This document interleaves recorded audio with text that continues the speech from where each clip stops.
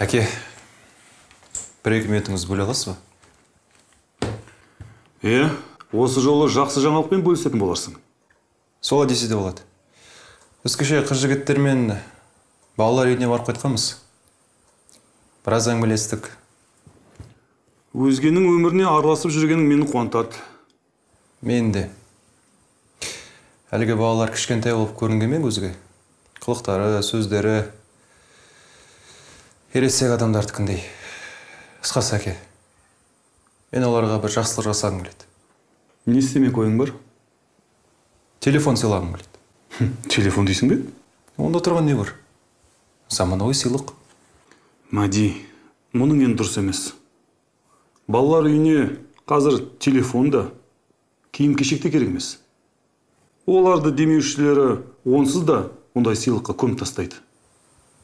Әке, мен сонда да бір жақсылық жасағым келеді. Ол балаларға басқа нәрсе керек. Мейірім, адами қарым-қатынас, рухани әңгіме дегендей. Ал мен оларды тауға алып шықсам ше? Көмектесесіз ғой? Осындай болатын білбедім. Балам, ұсыныс өзіңнен шықты ма? Өзің айналыс. Мен араластырма. Ақшанты өзің тап. Өзім бе? Иә? Қайдан табам, қайда барам? Ойлан. Айтпақшы, Айда қайда жүр, бүгіндікке көрінбеді ғой. Ол анасының үйіне қонаққа кетті. Не болып қалды? Мешіттеген жай сұрағам ғой. Жарайды, онда мен ақша табудың амалын қарастырайын.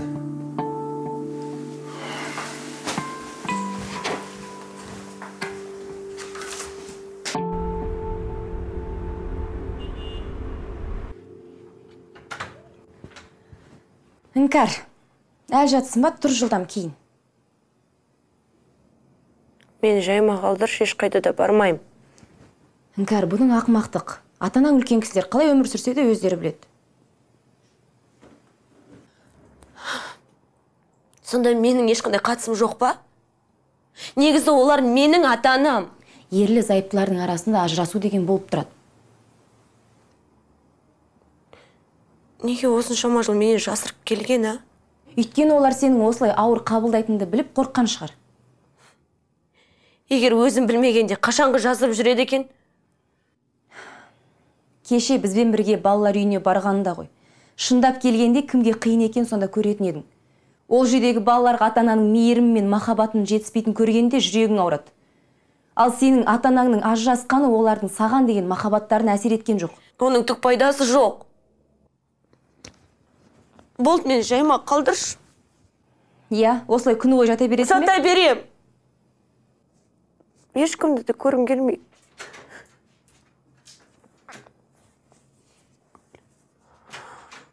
Янкір, қалайсың? Не үшін келдің, не істеп жүрмін ау? Оған мен кел дедім, сені уайымдадым. Бекер шақырыпсың. Іңкәр, енді мұндай қиын кездерде көңіліңді аулап, ойыңды бөліп, өзіңді алдағаның дұрыс. Жұмысқа шығып па, сабақ оқып. Осындай кезде өтірік психолог бола қалмаңдаршы. Мен мазамды алмаңдаршы.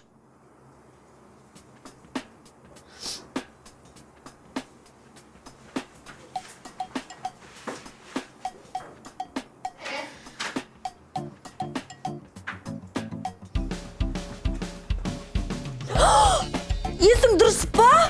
Осылай дұрыс. Жарайды, жиналуға 5 минут берем. 10 минут. Сырттап өтем. Іңкәр, жолда саған өзім жайлы бір нәрсе айтып берем. Екеуміздің қайсымыз қайғыру керек екен, сосын көресің. Болды, Іңкәр, жуынып ал, мен саған киім дайындап берем.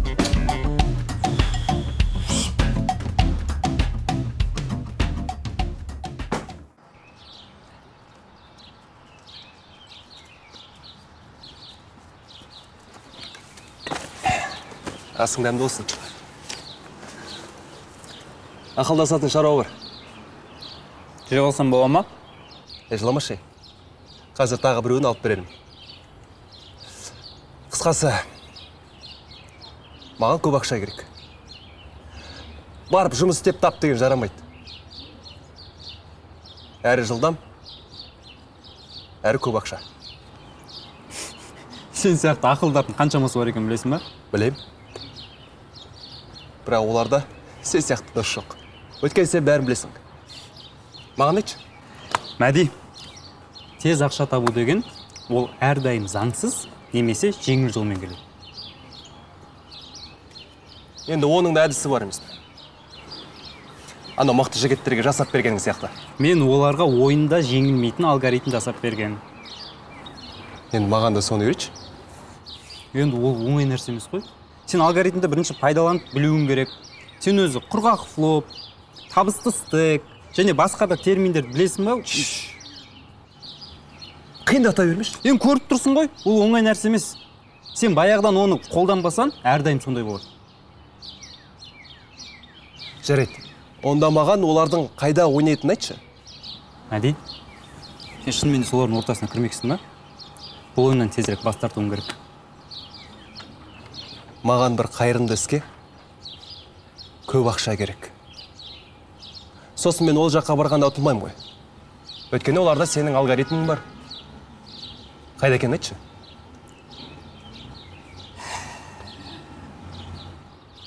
Жарайды. Жас.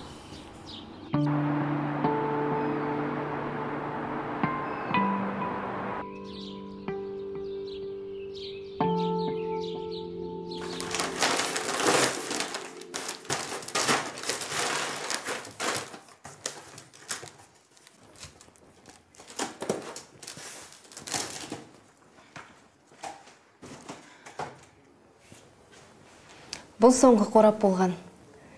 Қыздар, рахмет сендерге. Көп көмектерің жетті.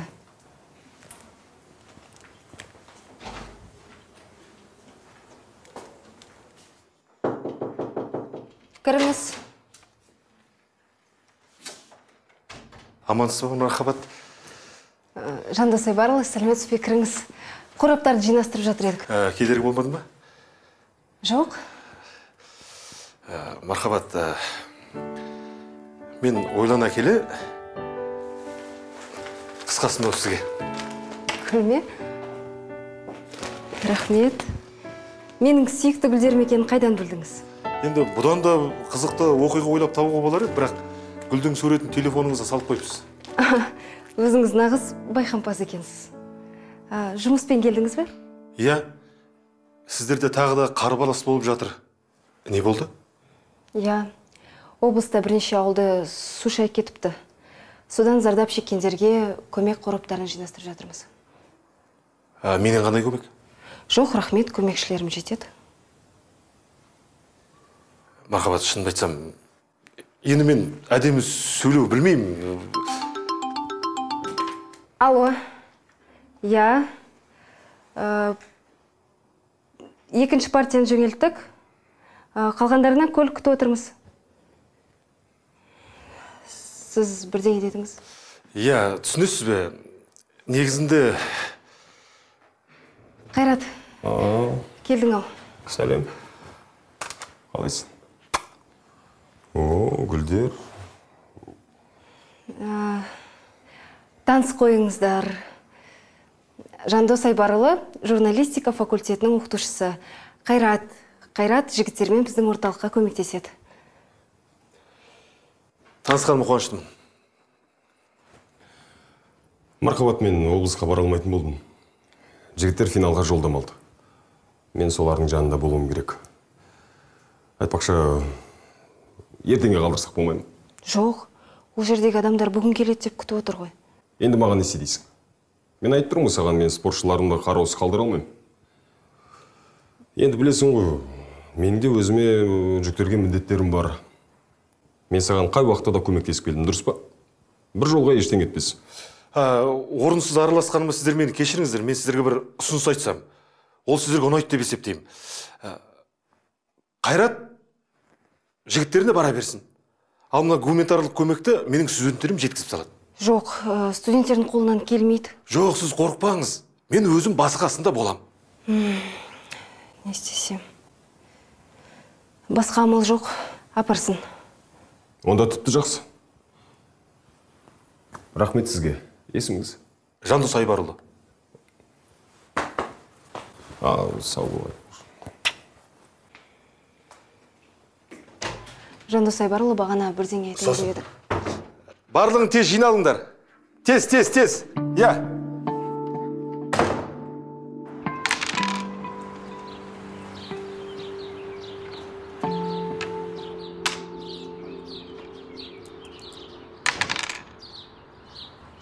Салам, жігіттер. Салам, сен кімсің? Мен Ильястан келдім. Оның әдісімен покерді қатты ойнап қояды екенсіңдер. Біз ешқандай Ильясты білмейміз. Тұра тұршы. Менде керемет ұсыныс бар. Бала, аулақ жүр. Ешқайда жібермеймін. Есің ауысқан ба өзіңнің? Аздап. Маған ақша керек. Қастарға қосыңдаршы. Ұтысты бөлсек. Бізге артық насылдың керегіне сені әкең асырасын. Ақыры мынандай көлік алып берген екен. Былай тұр. Тоқташ. Ұсынысын тыңдап көрейік мына баланың. Ұтыс қаншалықты жоғары болса, ақшаны жоғары табасыңдар. Солай емес пе? Ал сіздер қазір тауып жүргендеріңіз 35% ғана. Мен өзімнің көлігімді 30-қа тігем, ол 15 есеге өседі. Қатысқаным үшін үстіне тағы да 10% берем. Керемет ұсыныс. Қандай кепілі бар ойыннан шығып кетпеуіңе? Ойыннан шықпаймын. Мінекей, мынау менің көлігімнің екінші кілті. Осыны кепілдікке қоям. Ойынға қатысып, жоғары ұтыс тігіп, ақша жасап, өз жөнімізбен кетеміз. Келістік па? Жарайды. Кешке ойын бар, мекен жайды саған жіберемін. Ол жерге кешіп келуге болмайды. Келістік. Келістік?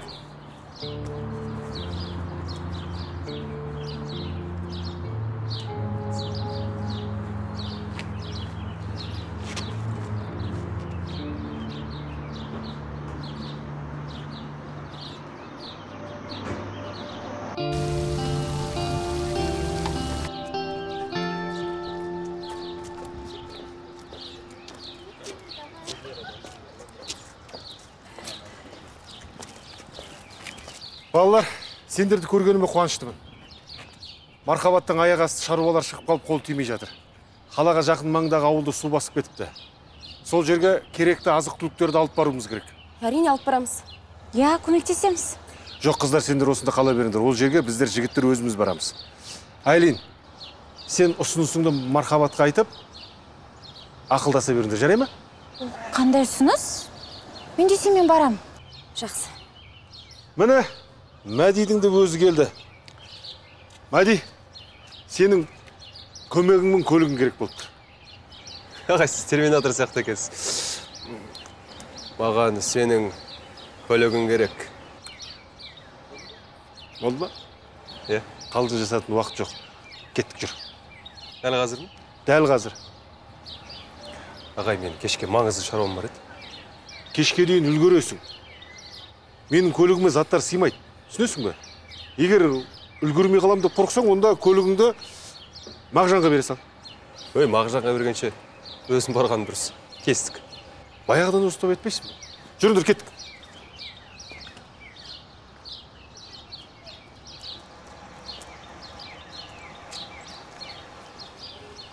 Шолпан?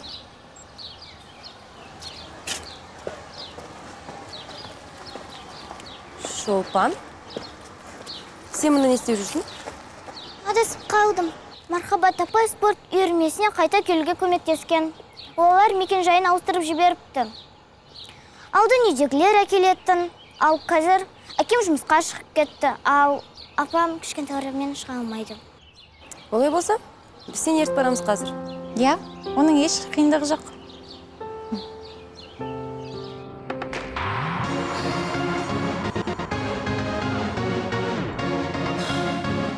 Музыканың дыбысын баш, сосын алдыңдағы жолға қара. Жандосаға әне оңға қарай кетті. Немене айғалайсың? Мен навигатормен дұрыс келе жатыр. Мен емес Жандосаға дұрыс емес бұрылған. Қазір көресің, қайта келеді. Саңыраусың ба, басшы дей музыканың дыбысын, басым жарылатын болды. Басың жарылатындай не бар? Мә, абайлап сөйлеш сен, а? Әйтпесе. Не болады екен? Өз көлігімде жайрата саласың ба? Қане көр? Мына заттарды апарып тастайық. Сен мен сосын төлесің. Мағжан, қандай іш пыстыратын адамсың, а? Айлинге жаным ашиды. Мен дұрыс навигатормен келе жатырмын. Тез барсақ, тез қайтамыз. Әркімнің шаруасы бар. Ешкім онда ерегіп жүрген жоқ.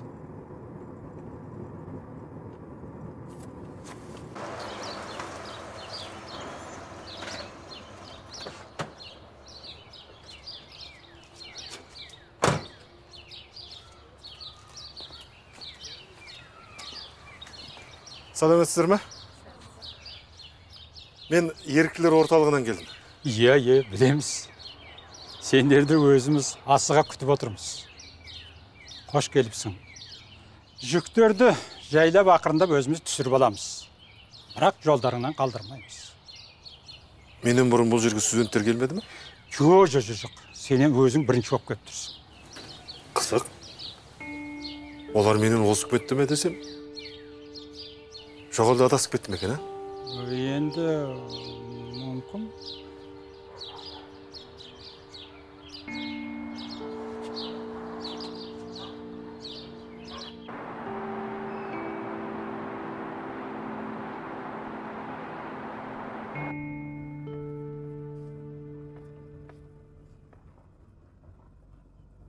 Жігіттер, ауыл кеңесіне қалай барады, айтып жүресіздер ме?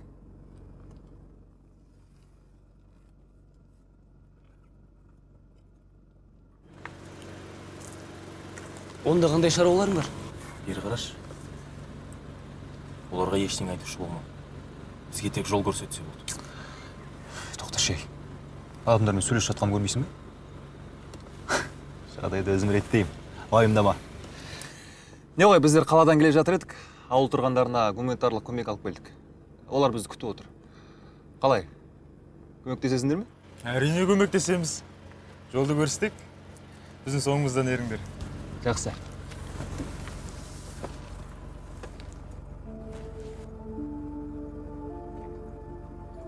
Адамдармен қалай сөйлесу керек, көрдің бе? Үйрен бала.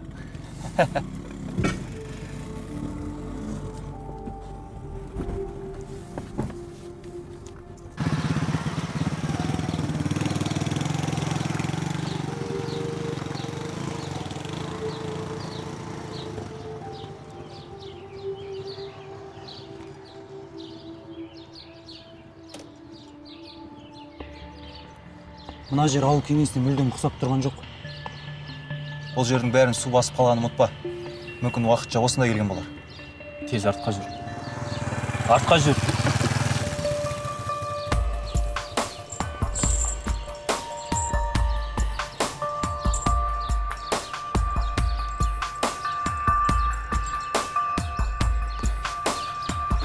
Бүгінгі жаттығу керемет өттім. Маған бір жарыс болғандай болды. Жаттығуды қалай жасағанымды көрдіңіздер ғой. Айттым ғой, бүгінгі жаттығу бұрынғыдан да жақсы өтті. Шолпан, сен өзің епті екенсің. Бірақ қыз балаға бокс не үшін қажет? Қажет болғанда қандай? Өзіңді қорғаудың ең тиімді жолы. Міне біздің бапкеріміз Қайрат Ыбырайұлы. Сәлем, қыздар. Қателеспесем, сіздер еріктілерсіздер ғой. Жаттығу қалай? Ұнады ма? Керемет. Өте қайырымды іс. Сіздің залға тек қарапайым отбасының балалары келе ме? Жоқ. Әр түрлі топтағы балалар келеді. Мысалға біздің Шолпан секілді. Шолпан, шынымды айтсам, сен өте дарындысың. Болашақта сен өз қарсыластарыңды ойланбай жайрататын боласың. Рахмет сізге. Саған да рахмет.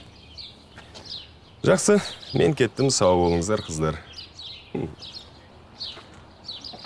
Түрі таныс маған. Қайдан көрдім, ма? Есіме түсті. Мархабаттың үстелінен осының суреттері толып жатыр. Екеуінің бірге түскен суреттері Инстаграмда да толып тұр. Жігіті болар. Өзі сымбатты жігіт екен. Биба, сен Шолпанды алып бара беріңдерші. Екеуміз сосын сендерді қуып жетеміз. Хорошо. Айлын қараш көріп тұрсың ба? Инка, мүмкін жай танысы шығар. Танысы? Өз сөзіңе өзің сеніп тұрсың ба? Білмедім. Мархабатқа бәрін айтып беру керек. Көзге шөп салғандарды жек көру. Біз оларды дұрыс танымаймыз да, сосын... Жарайды, оның да дұрыс шығар. Шаруам қанша. Мен ғана қайғырып жүре берем бе? Жарайды, кеттікші.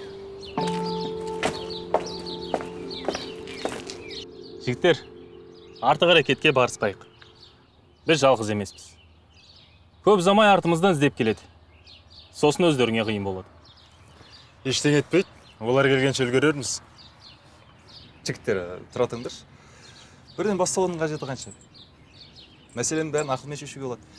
Міне қарашы. Есің дұрыс па? Қоя бер. Қоя тұршы. Мынау фирмалық Амьян, $200 тұрады. Ішіне тағы $150 бар.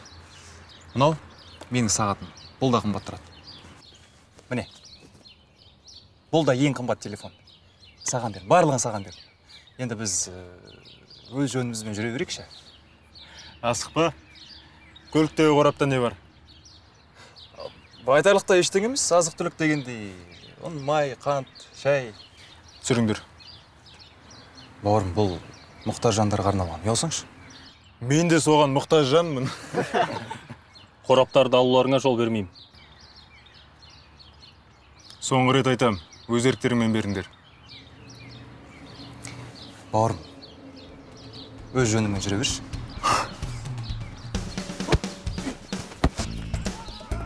Анашым, сіз әлемдегі ең асыл жансыз. Биба, сен де кереметсің, мен сендерді өте қатты жақсы көремін.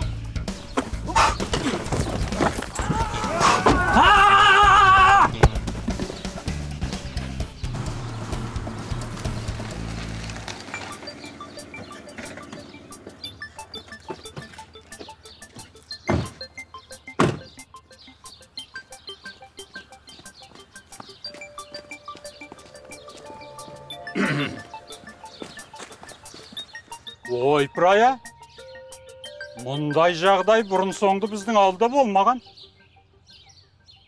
Көлікке тиіспеген. Тек ішіндегі қораптарды ғана алып кеткен. Бұлар ендігі апаратын жерін апарып, тығып үлгерген шығар. Жігіттер табуымыз керек. Табамыз. Ауылдың барлығын жинаймыз, табамыз. Әне келе жатыр. Ассалаумағалейкум. Ассалам.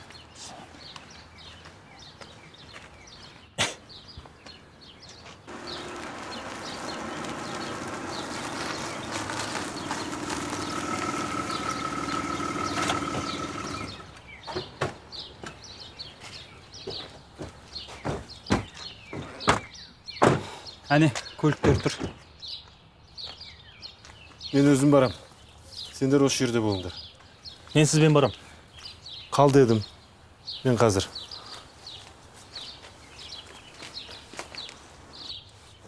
Бәрін шаңып, оңбағандар. Маған болысқаныңа рахмет. Сенен ондайды күтпеп едім. Сен де біреуін әдемі қылаттың, Солай істеуге тура келді. Қалай, достасамыз ба? Оны әлі шешкен жоқ. Сен де бір бұрынғы соғында жүрген қызым сияқтысың. Жігіттер, мен бүгін өмірімде бірінші рет төбелесіп көрдім. Әсер мықты екен. Әсер арамызда біреу риза, соған да шүкір. Қалаға жеткенше көзімнің көгерен кетпес пе екен? Бибаға көрсеткім келіп тұр. Кетіп қалса айтарсың, көмектесемін. Жандос ағай ұрып жатыр.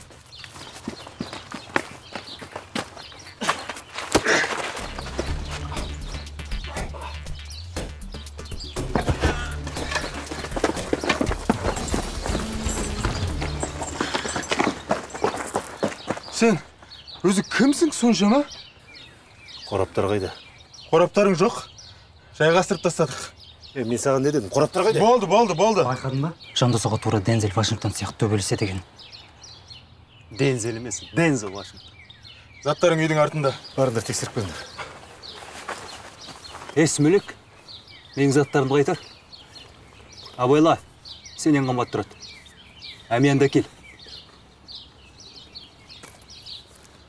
Сағат өзіңде ала берсін. Қалжыңдайын. Оны да шештейсің. Жандос, полиция келе жатыр.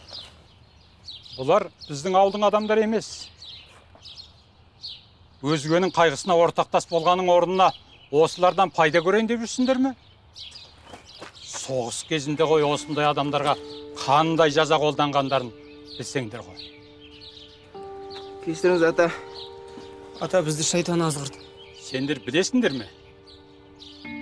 Соғыс кезінде елге алып келген халықтарға сендердің ата бабаларың өзге елден алып келген халыққа жарты нанын бөліп берген. Білесіңдер ме соны? Сендер ғой өзі халықтарыңдікін ұрлағалы жүрсіңдер. Оңбаған тексіздер.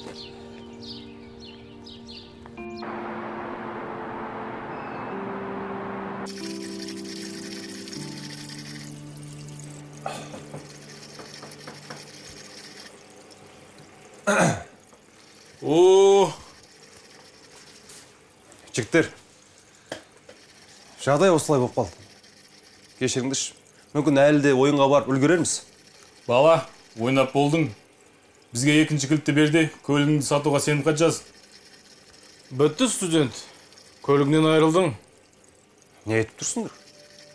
Мен әлі ойын үстелінің жанына да барған жоқпын ғой. Осындайлар қайдан шығады өзі? Көлігіңді ұтысқа тіктеп айттың ба? Қол алыстық па? Не бопты? Сосын біз көлігіңді ұтысқа тіктік. Сосын ұтылып қалдық. Түсінікті ме? Жігіттер, бұлай болмайды. Біріншіден мен ол жерде болған жоқпын. Екіншіден Ильяс өзінің жүйесін ешқашанда ұтылмайтындай етіп жасаған. Онда өз шағымыңды Ильясқа барып айт. Ересектер өміріне қош келдің.